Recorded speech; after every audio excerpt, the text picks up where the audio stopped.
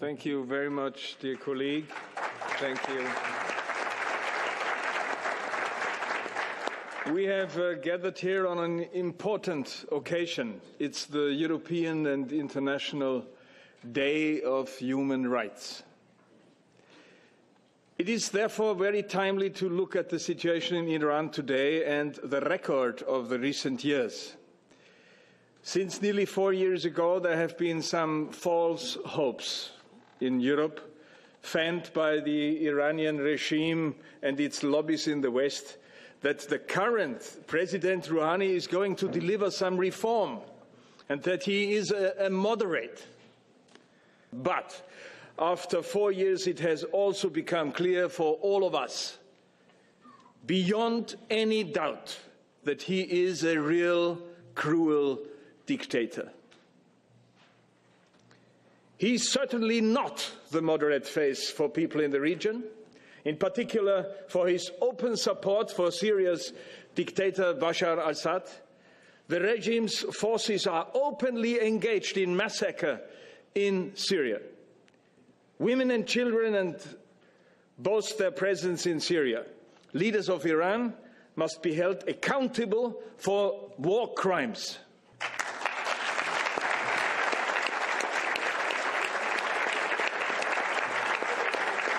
And we, as European lawmakers, have a responsibility and cannot close our eyes on tragic things happening and the aggressive role of this Iranian regime. We cannot just go on condemning the actions.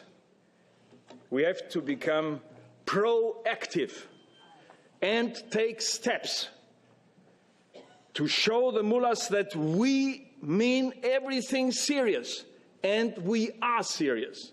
Therefore, the first step must be the recognition of the democratic opposition to the mullahs in Iran, which is the National Council of Resistance of Iran, led by Mrs. Maryam Rajavi.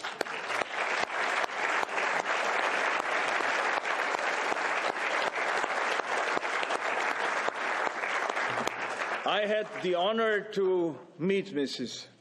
Rajavi in Paris, and I was totally impressed and delighted to see her today in the European Parliament. Finally, I should say, as an Austrian, I was delighted that Mr. Rouhani had to cancel his trip to Vienna because of a rally, a demonstration by supporters of Mrs. Rajavi. He had immediately asked to stop these demonstrations, to cancel the demonstrations, but Austrian authorities strictly said no. They didn't accept this, so Rouhani was only afraid of his opposition, so he decided not to go 1 day before arrival. All EU political levels to understand this easy, clear message. Let us support your National Council, Madam President, best possible to reach a free Iran for the Iranian people. Thank you.